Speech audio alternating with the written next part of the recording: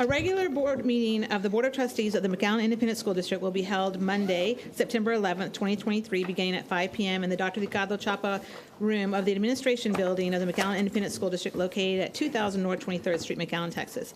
Items listed on this agenda may be taken in an order other than as shown on this agenda. Unless removed from the consent agenda, items identified within the consent agenda will be acted on at one time. At this meeting, there may be discussion and action by the board on the items and subjects listed as follows. Item number 1, call the meeting to order. I have done so at 5:02 p.m. Item number 2 is a moment of silence, and Trustee Peña is going to speak. Do we start? A moment of silence.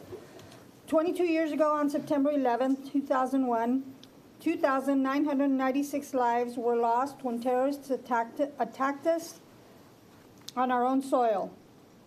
Today, we remember those lives and honor all the heroes who selflessly put their lives on the line, responding to the tragedy both professionally and personally. May we never forget that fateful day. May we live our lives aspiring to create a better tomorrow through compassion, empathy, peace, and love.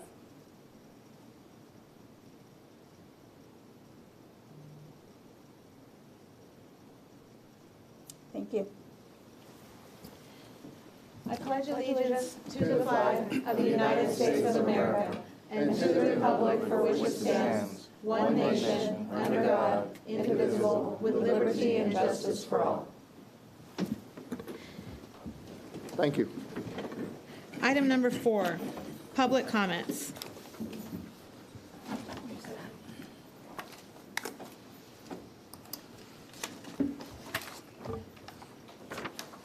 If you give us a moment, we're going to roll a video.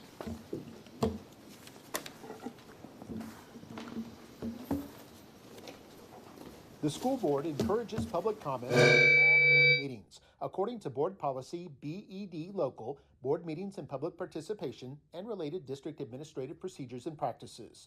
Persons wanting to make a statement to the board are required to register with the superintendent's secretary 1 hour prior to the start of the scheduled meeting. Audience participation at a board meeting is limited to the early stages of a meeting. At all other times during a board meeting, the audience shall not enter into discussion or debate on matters being considered by the board unless requested. Each participant is limited to 2 minutes per meeting to make comments to the board. At regular board meetings, the board shall permit public comments regardless of whether the topic is an item on the agenda posted with notice of the meeting. At all other board meetings, public comments shall be limited to only items on the agenda posted with notice of the meeting.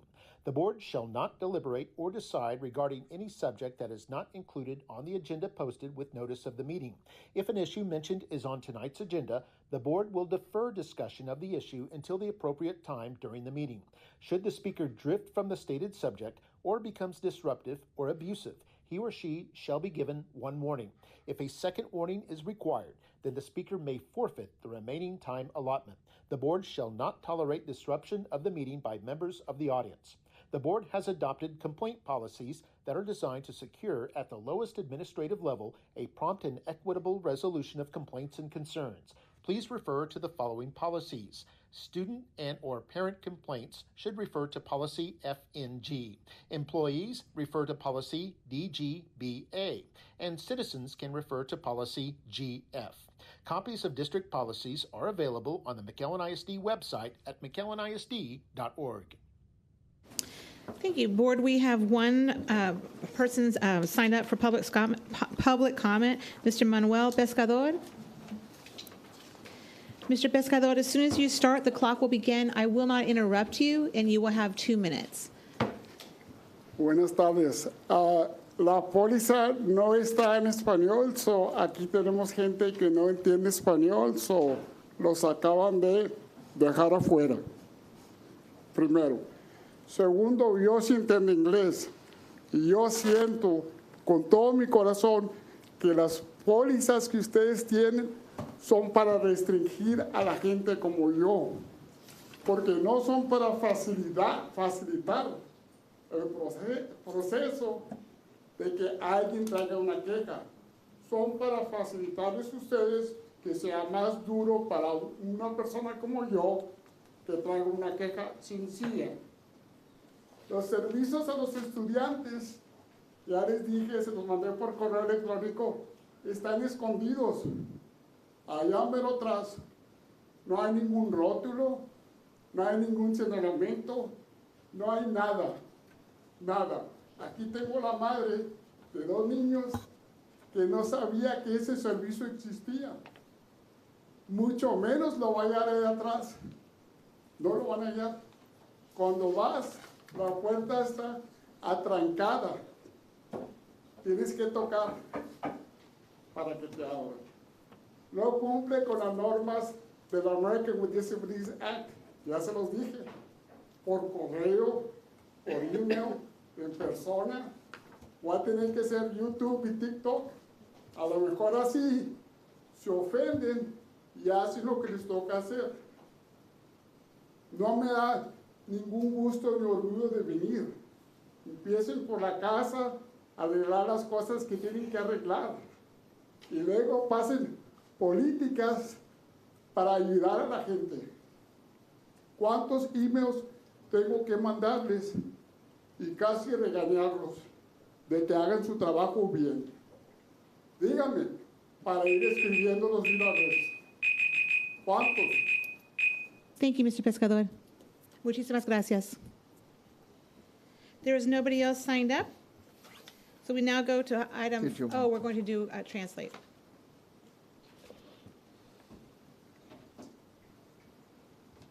Now, the system might have picked up some words that probably are not going to make too much sense here, but he mentioned, good afternoon. The policy is not in Spanish. Only here we have people who do not understand Spanish. There are the ones that are left out. Second, English, and I feel that in my heart that the policies you have restrict people like me, which is the policies that are in English, because they're not easy to find or easy to facilitate. That someone brings a complaint is to make it easier for you actually, when someone brings a complaint, it makes it harder for someone like me to go ahead and bring a complaint up to you guys.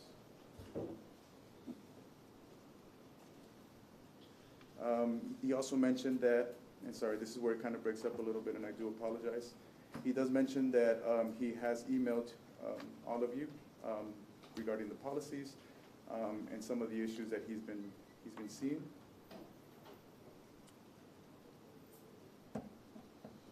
He says that he does have here a mother of 2 children that feels left out because of the language barrier.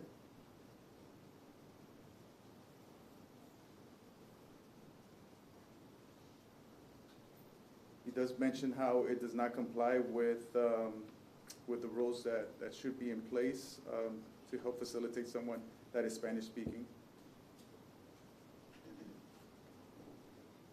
He says that he will have to continue doing YouTube and TikTok videos to stay in front of you and to go ahead and offer, I guess, that type of view, just because there's that language barrier there.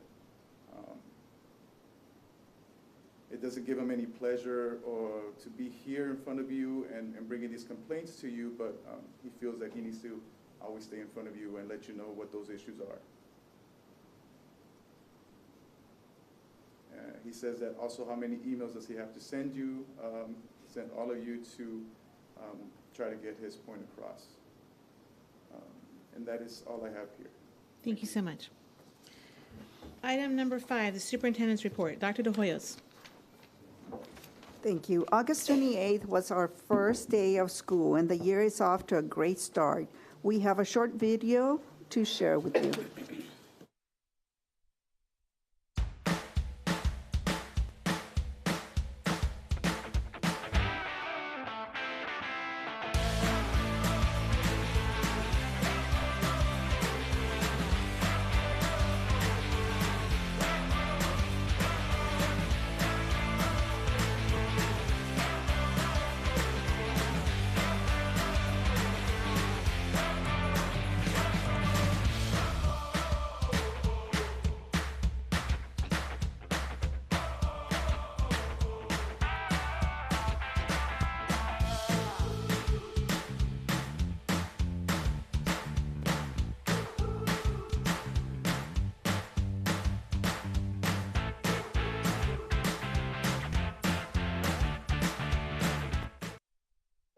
That's wonderful. Thank you so much. Super cute. I was excited for the first day of school. Item number 6, recognitions, we have none. 7, proclamations, none. 8, donations, none. 9, consent agenda. It's 9A through B. Madam President, I move to approve the consent agenda. It's been moved by trustee Saldivar and seconded by trustee Rivera. All in favor? Aye. All opposed? Motion passes 7-0. Item 10, instruction, human resources, district operations, business operations, and board of trustee items. 10A, instructional items, there are none. 10B, human resource items. 10B1, discussion and possible action of the job description for superintendent. Dr. De Hoyos. I was going to say Dr. Miller. Administration is requesting that the Board of Trustees approve the job description for Superintendent. Mr. Todd Miller, Assistant Superintendent of Human Resources, is available to answer any questions, and administration is recommending action on this item. Move to approve, Madam President. It's been moved by trustee I am tongue-tied. It has been moved by trustee Saldivar and seconded by trustee De La Garza. All in favor? Aye. All opposed? Motion passes 7-0. 10B2, discussion and possible action on agreement 2024-163, legal consultation with Walsh, Gallegos, Trevino, Kyle, and Robinson. Dr. De Hoyos. Administration will utilize this agreement for professional legal consultation for human resources and student support services. Mr. Todd Miller, our Assistant Superintendent for Human Resources, is here to answer any questions, and administration is recommending action on this item. What say you, board? Just to be clear, that this is for an interim period. Is that correct? That is correct, sir. Because there are things that are in the process that they had the most direct knowledge of. And so some of the items that we were given a copy by Mr. Saldana, those items will still remain with the firm at this time. There was a list of items still to be pending that we received, the board did, that your firm was working on, and those would still remain by this agreement. There's still some that are transitioning. Yes, sir. Okay. This is for action?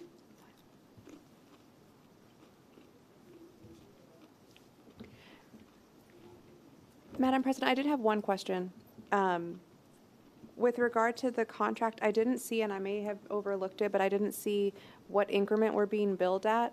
I just saw an hourly rate. We bill at 0.1 hour increments. Is this a topic that we, the board, could discuss in closed session and take no action at this time? I would recommend it. I'm not aware of any exception, Mr. Saldana, that exists. We're a vendor like any other vendor at the end of the day. But it's a legal contract regarding legal services, and you're. The other thing is I feel a little bit uncomfortable offering any legal advice on this contract at this point. So I'd rather, at this point, let you all decide on what you want to do. I'd rather not offer any further, other than a clarification such as those. Is this something we can table for now, discuss in closed session today, and then bring it back up No. afterward? No, it is a recommendation from administration.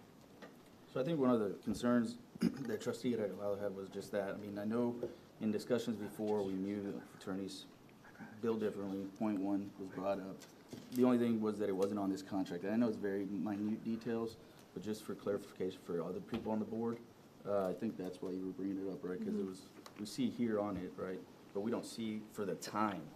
And we understand as attorneys, but I didn't know if you all had questions on that.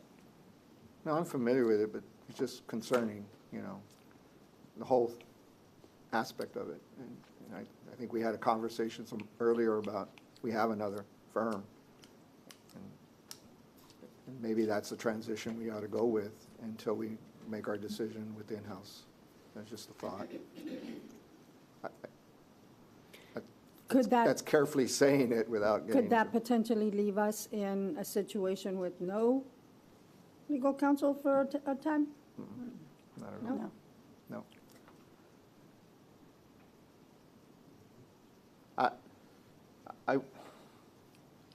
I would suggest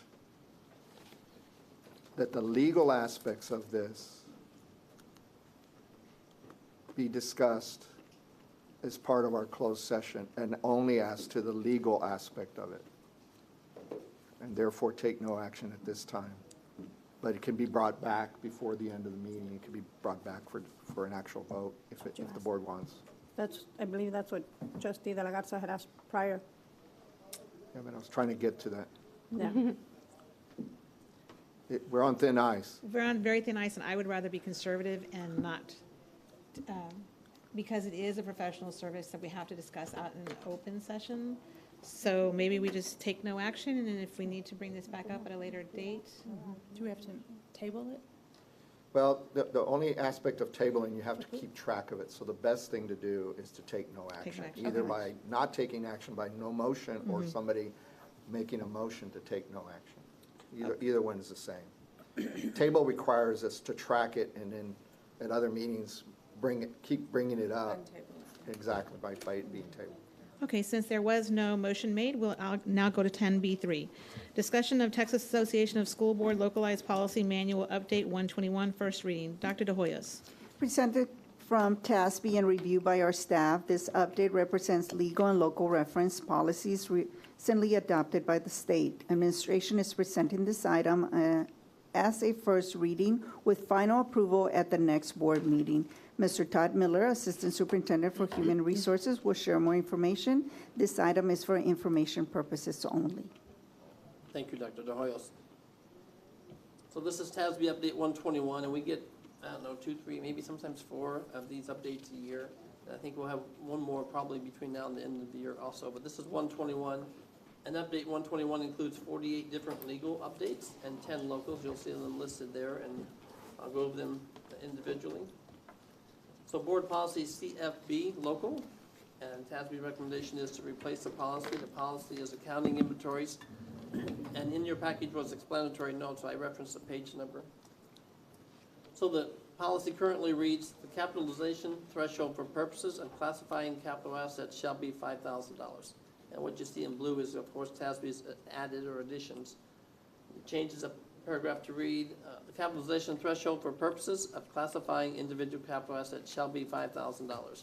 The superintendent shall determine the capitalization threshold for a group of assets, the individual cost of which does not exceed the capitalization threshold above, but for which the cost in aggregate is significant. Administration concurs with this particular TASB recommendation. And let me say this before I go on further.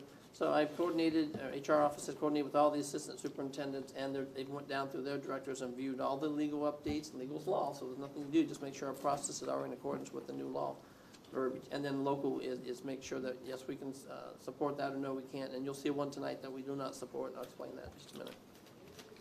And again, this is local policy. Now, this is a local policy, right? Yes. Did we initiate this inquiry and ask them to update it for us, or did they reach out to us and say, this is something you may want to consider? Exactly. That's just TASB coming out to us and say, hey, other districts are doing this, you may want to look at that. So it's strictly the board's prerogative to say yes or no. And any, with the exception of legal, any local policy that we ask TASB for assistance, we can either agree with them or not agree with them, and we have a situation here later on that the administration does not agree with. Yes, sir. Strictly a recommendation. Gotcha. Thank you. So this one's CKE, and that's the Safety Program Risk Management Security Personnel.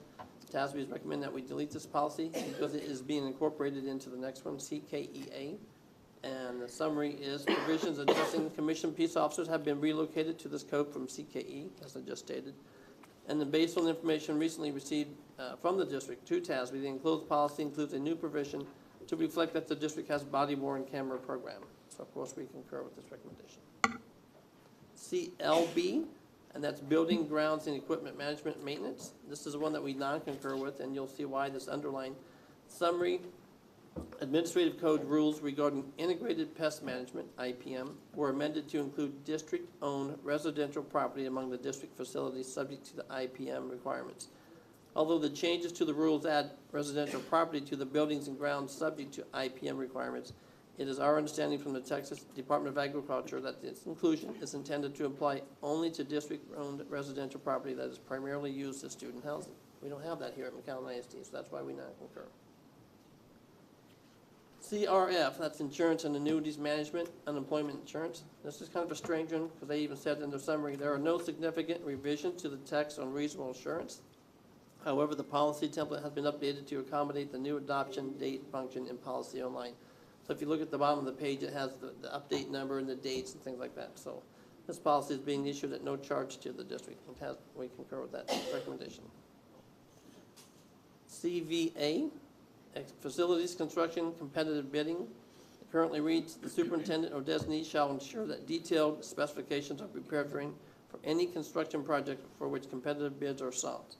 It has been recommended change to read, the superintendent, and deleting the words or designee shall ensure that detailed specifications are prepared for any construction project for which competitive bids are sought. And this is kind of a TASB practice over the last couple updates, is get rid of the word or reference to or designee. So we concur with this recommendation. CBB, Facilities Construction Competitive Sealed Proposals. Currently reads specifications, the superintendent or designee shall prepare a request for proposals for any construction project for which competitive sealed proposals are sought. And again, TASB recommended we just delete the word or reference to or designee, and we concur with that recommendation. Policy DEA, this is compensation and benefits compensation plan. The summary, to eliminate the possibility of confusion about the frequency of pay, TASB recommends replacing bi-monthly with the more specific and widely used term semi-monthly. Other revisions are recommended for policy style and to clarify the circumstances under which certain employees will receive premium pay during an emergency closing for a disaster. For example, the paragraph currently reads, all employees who are required to work during an emergency closing for a disaster, as declared by a federal, state, or local official or the board, shall be paid at the rate of 1.5 times the regular rate of pay for all hours worked up to 40 hours per week. TASB is recommending this change. All employees who are required to work to mitigate the reasons for the emergency closing shall be paid at the rate of 1.5 times the regular rate of pay for all hours worked up to 40 hours per week. All other employees who are required to work during the emergency closing shall be paid the regular rate of pay. And we concur with this recommendation. Admissions currently reads proof of residency. At the time of initial registration and on an annual basis thereafter, the parent, guardian, or other persons having lawful control of the student under order of a court shall present proof of residency in accordance with administrative regulations developed by the superintendent. The district may investigate stated residency as necessary. TASB recommending to change it to read, in accordance with administrative regulations, the parent, guardian, or other person having lawful control of the student under order of a court shall present proof of residency. The district may investigate stated residency as necessary. We concur with that recommendation. Sorry, went the wrong way. Okay. Board policy FD. Currently reads transition assistance. In accordance with law, when a student who's identified as homeless or in substitute care enrolls in the district shall assess the student's available records and other relevant information to determine transfer of credit for subjects and courses taken prior to enrollment. It has been recommended to change to read, in accordance with law, and when a student who's identified as homeless or in substitute care enrolls in the district shall assess the student's available records and other relevant information to ensure credit, including proportionate credit, is awarded appropriately for all subjects and courses taken prior to enrollment. We recommend concurrence with that. FFI, Student Welfare Freedom from Bullying. The minimum standards for bullying prevention completed by TA recently in January 31st, 2023, includes a requirement for policy provisions on reporting bullying incidences. They added minimum standards. In accordance with law, the superintendent shall develop administrative procedures to ensure that minimum standards for bullying prevention are implemented. They added periodic monitoring. The superintendent shall periodically monitor the reported counts of bullying incidents, and that declines in the count may represent not only improvements in the campus culture because bullying declines, but also declines in the campus culture because of a decline in openness to report incidents. We're already doing a great job in our counseling team taking care of this and reporting, so TASB recommended concurrence with TASB recommendation. Board policy FD continued. Sorry, that's it. Sorry. Thank you, Mr. Miller. Any questions? And this is the first reading, so I'll come back at the next board meeting for a second. Thank you so much. Just a quick follow-up. On the one item, do we take it in the aggregate and the fact it didn't recommend that, or does that one policy have to be voted in an action separate to not accept the recommendation? How would that work? We've done that in the past, like at the second reading. We'll go back to that one. We'll come back and approve it later. So since it states you don't recommend by just doing the motion and acceptance, that takes into account that one item? Yeah, we can say, like, for example, in the next board meeting, we approve, we concur with all of them except for CLB specifically. All right, thank you. Thank you, Madam President. We move on to item 10C, District Operations Item, Interim Assistant Sup Elizabeth Gonzalez. There is nothing. 10D, Business Operations Item, Assistant Superintendent Adele Felix. 10D1, Report regarding the delinquent tax collections for the period of April 1, 2023 to June 30, 2023. Dr. De Hoyos? Ms. Kelly Salazar from the firm Lineberger, Gogan, Blair, and Sampson LLP will present the delinquent tax collection report for April 1st, 2023 to June 30, 2023, which is incorporated in the annual report for the 2022-2023 fiscal year. This item is for information purposes only. Thank you, Dr. Hoyos, President Alisata, esteemed members of the board. Kelly Salazar to present the delinquent tax collection report for the period of April 1st through June 30th, 2023. Our delinquent tax collection program on behalf of McAllen ISD continues to focus on two basic premises. The first is to collect from the individual taxpayer first, and secondly, use the tool of litigation only as a final option to collect. During this fiscal year, we completed 7 demand mailings at 7 separate sets of demand mailings, mailing over 10,500 statements to delinquent taxpayers within the district. During this fourth quarter, we had over 2,500 phone calls. During the quarter, over 7,800 phone calls, ingoing and outgoing. It's on the previous slide, sorry, I'm a little behind. 76 payoffs during the quarter, 445 payoffs during the entire fiscal year. And we knocked on 686 doors of taxpayers within the area to educate them and inform them about their delinquent taxes. Sometimes we find meeting face-to-face with folks tends to be more effective in communicating the seriousness of the issue and trying to work with them on a more personal level. Regarding litigation, during the fourth quarter, we filed 87 lawsuits. We took 15 judgments. During the entire fiscal year, we filed 188 lawsuits, disposed of 140, filed 30 tax warrants, and we have pending litigation as of September of this year, 356 lawsuits representing over $1.5 million owed in base, penalty, and interest to the district. We regularly conduct tax sales and resales on delinquent properties that are in judgment with little to no effort to pay. And I'd like to note that, you know, since the post-COVID era that we're currently in, it's a delicate balance between compassion and making sure that the district meets its fiscal obligations. And we have not placed a property for sale that is a designated homestead that's occupied. We work especially harder on those kinds of cases with the taxpayers to get them to do their best to come in and make payments. But that's a summary of our tax sale and resale efforts. Moving on to collections, a fourth quarter comparison. In fourth quarter collections, you'll see that we collected over $345,000 in base taxes owed to the district this quarter. Last fourth quarter, we collected over $386,000. For a fiscal year comparison, usually when we report to the district, we do a year-to-year comparison, but we thought it would be important to provide a historical perspective. In base tax for the fiscal year, we collected over $1.9 million from McAllen ISD. In this report, you'll see numbers highlighted in green. We don't customarily report these numbers to the districts or to other taxing entities either, but we thought it was important to highlight it here. What you have there in green are refund dollars. Now what that represents is when a taxpayer disputes the appraised value of their home, and they go before the appraisal district and provide their evidence, and before they do that, they need to make sure they paid their taxes on time. And if the appraisal district agrees that the property value should be reduced, a lot of times those folks are entitled to a refund of the current taxes they paid in order to solidify the protest.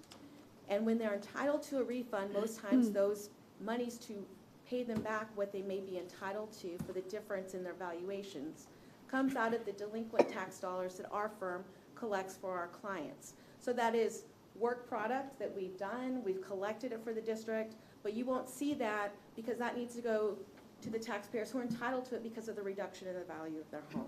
But we wanted you to take a look at it because we've noticed that there's been an increase, particularly last year. We wanted you to be aware of it and to let you know we did a lot of work that you won't see necessarily clearly from a summary sheet on the tax office report. In addition, you'll also notice that still on that page, the 2 prior years look a lot higher than the year surrounding them, and that's an important note as well. The American Rescue Plan Act, you've heard about that on the news.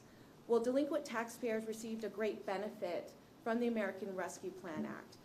Not only to pay delinquent taxes, but mortgages, HOA fees, insurance delinquencies, anything that could lead to foreclosure, the federal government provided funds for that. And Hidalgo County, I think I've mentioned this before, but there are some new faces on the board that I wanted to apprise you of it. Hidalgo County was the pilot program for this aspect of the American Rescue Plan Act in Texas. And Hidalgo County folks really benefited from it. We received them, like I think our county was like the 4th largest recipient of American Rescue Plan Act money. And it's online, you can go check it out yourself on www.texashomeownersassistance.org. It's very familiar because we tell it to our taxpayers all the time. But it was a great benefit because it's free money. Taxpayers don't have to pay that back. In addition to those kinds of federal funds being injected to our community, we also had stimulus checks circulating in homes. So there was more money available for folks to pay these kinds of concerns and get that kind of relief alleviated. So I just want to bring that to your attention for future reference. Another thing, last thing about the American Rescue Plan Act, sorry, Del, is that program is ending this month. So that money won't be around anymore for this purpose. So if you know anybody in the community or if anybody's listening to this, please pay attention to this one thing. Go to www.texashomeownersassistance.com or you can call 1-833-651-3874 for any information on that. Most people in this county will qualify for it. There are restrictions, but if you're in need, you should really learn about it before the month ends. I'd be happy to answer any questions. Thank you, Ms. Salzer. Thank you. Y'all have a great day. Thanks. Item 10D2, report regarding the annual investment report for the period of July 1, 2022 to June 30, 2023. Dr. De Hoyos. The district provides monthly investment reports to the board. However, tonight we have Mr. David McWayne of Patterson and Associates and Meter Public Funds Group, who will present the annual investment report. This item is for information purposes only. Thank you very much for having me out here. Get to travel from Houston, and I love being down here. It's a different look than what we have in the Gulf Coast region over there. But I'm happy to be here representing Meter Public Funds. Again, my name's David McAllen, and it's an honor to be here to present this annual report. If we want to go to the next third slide there. As everybody in the room probably knows, the Fed's been very aggressive at raising rates to try to fight inflation. We've seen over the course of a year and a half, we've seen the most aggressive Fed rate increase in modern history. So the previous high rate hike was about 4.25% in the last 50 years. That took place in about a 2.5-year period. We've seen the Fed raise rates 5.25% now in just under a year and a half. One thing that did occur in June, finally, we saw them pause for the first time after having raised at 10 consecutive meetings. And as you know, around the middle of last summer, up through the fall, they raised 0.75% for 4 consecutive meetings. Decelerated a little bit in December, down to 50 basis points. And the first 3 meetings this year, they did the minimum at a 0.25%. Like I said, we paused. They said they want to be a little more data dependent. Bumped it one more time here in July. And I think the expectation is, maybe they're going to go one more time here before the end of the year. But we think we're approaching the 8th inning here. And at some point in time, moving in, we're going to see them start to seesaw back the other direction in 2024. The one thing that's been very complex about the yield curve is it has been inverted now for almost a year, meaning that the short-term rates are the highest rates, and ordinarily, you would expect to get a a higher yield on a 2-year bond than a 1-year bond and a 3-year than a 2-year. It's just the opposite right now. And that's the bond market, and the big buyers are trying to get yields locked in on the books, and they're bidding up the prices because we're seeing yields at a 2-decade high right now. And that's one of the things we're going to be focused on for the district, to the extent that we have funds that maybe can be invested a little bit further out to try to get some yield locked in on the books for when that seesaw event comes and they start to cut rates again. If we have been in the enviable position of being heavy in the local government investment pools, which allowed the district to be very responsive to these rate hike increases. But the risk now going forward is when they start to cut, then obviously it's going to immediately have an impact on interest earnings going forward. This dot plot comparison is just simply where the Fed members were in March, the blue dots, versus where they were thinking in June. And on the left is where we are in 2023. And as you move to the right, we're 2024 is the next two comparisons, 25.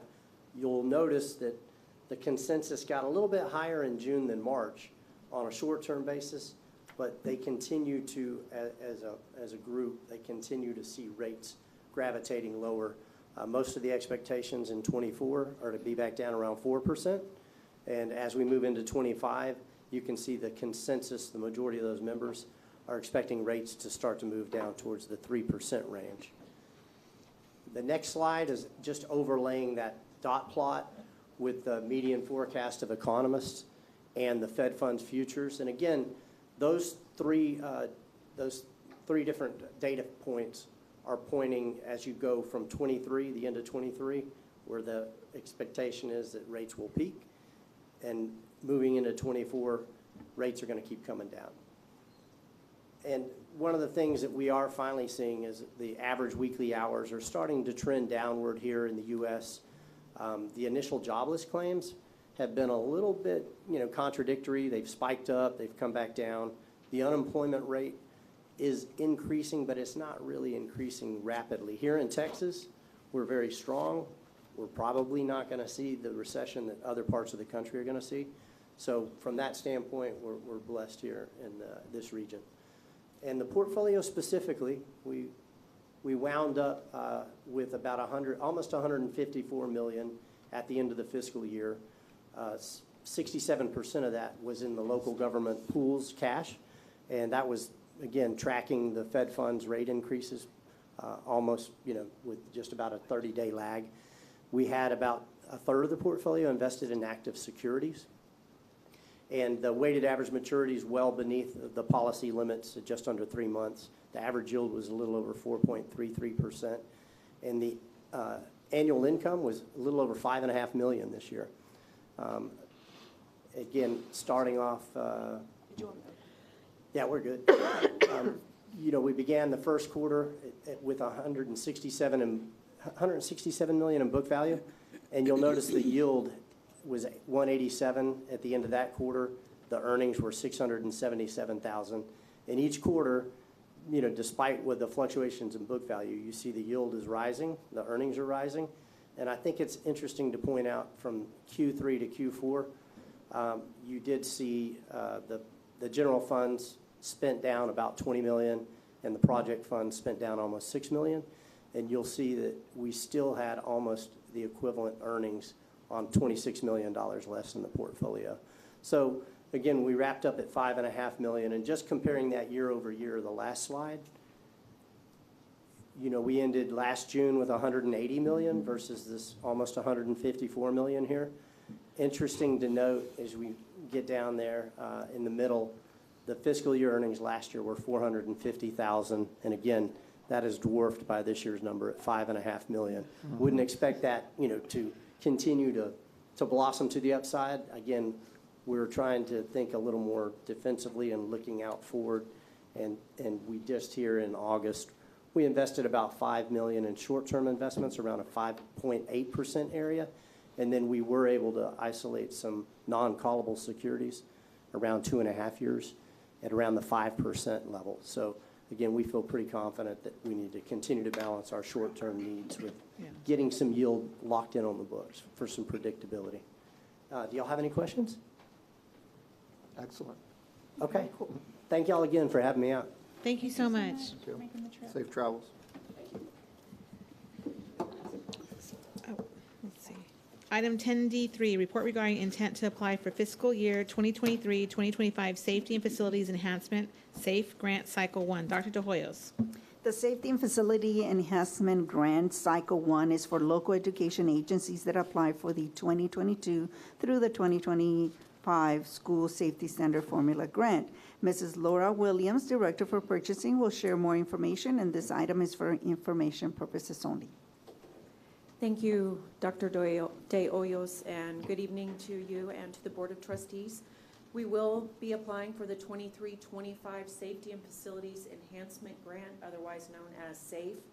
There are 2 cycles. This is the first cycle. Second cycle should come available in approximately January. If we are one of the recipients of 300 grant opportunities, then we will be able to utilize the monies for continuing to implement the 22-25 School Safety Standards Formula Grant that we do currently have already in the district.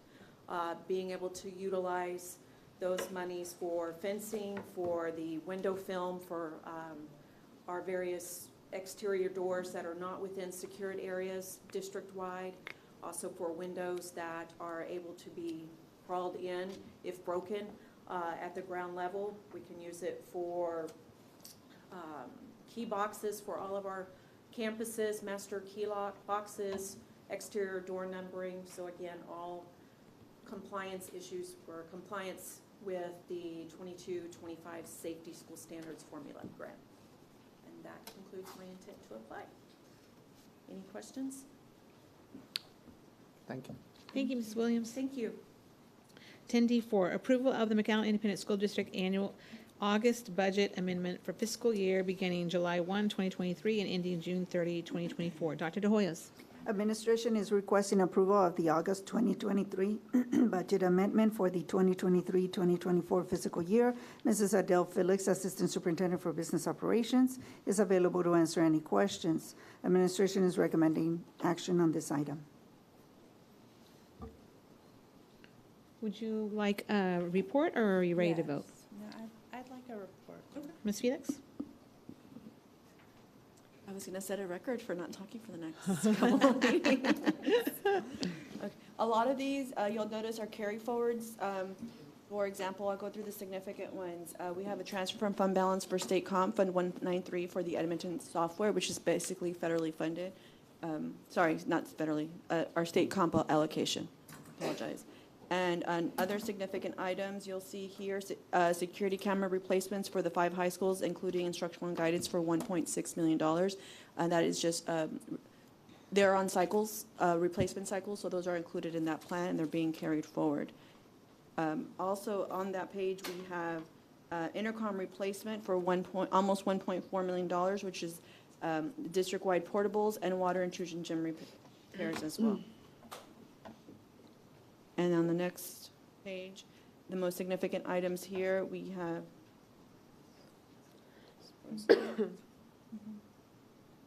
have security cameras and fencing that are being carried forward.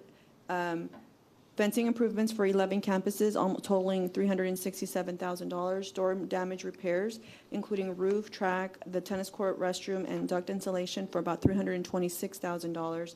And we have we're still carrying forward the Crockett committed fund balance for the damage that we received from the previous damage, the hail damage, and that's $300,000, a little bit over, and carried forward for a press box, warehouse exhaust fan, and floor coverings of $116,000, and then we have fencing improvements, press box expansion, and the ag farm escrow account that we owe the city that has not requested it for a total of $385,700. Any questions? Madam President, so as to what we budgeted at this point, we're $7.3 million difference? No, so a lot of this, if you notice, is coming from assigned fund balance or carry forward. So most of these are that we've already allocated them, but they haven't been spent. So, and we closed out the year, so they're being carried forward to this year. So it's carried forward monies that haven't been spent yet. So the funding is there and is allocated, so this is not changing at all what we had already budgeted for the current year? Correct. So we're good. All right, thank you. This is for action this evening. Move to approve, Madam President. Second. It's been moved by trustee Saldivar, second by trustee Peña. All in favor? Aye. All opposed? Motion passes 7-0. 10E, Board of Trustee items. 10E1, approval of Board of Education meeting minutes for August 29th, 2023, the workshop, August 29th, 23, the regular board meeting. This is an action item. Move to approve. Second. Madam President, I do have a comment on a couple of corrections on the board minutes. It looked like number on page 92 of our packet. It was just, when trustee Kittleman, it lists that she was absent, but then the votes are 7-0. And they're on several of the items on the minutes. Yeah. So on number 6A Also on the consent. and on, on the consent agenda as well. Well, she came in halfway through that meeting, right? Right, but she was absent at that time? Because like the list of, I guess the roll call says absent, but then it says 7-0, so Good it should eye. say 6-0. We'll amend those. Would you be okay to a friendly amendment of the motion made by trustee Peña and trustee De La Garza that the motion proves, provided we, With correction. with those corrections? Yes. Okay, all in favor? Aye. Aye. All opposed? Motion passes 7-0. Real quick on this. Normally, you would see the time that they would return in at the, in place of, in the minutes, and bless you.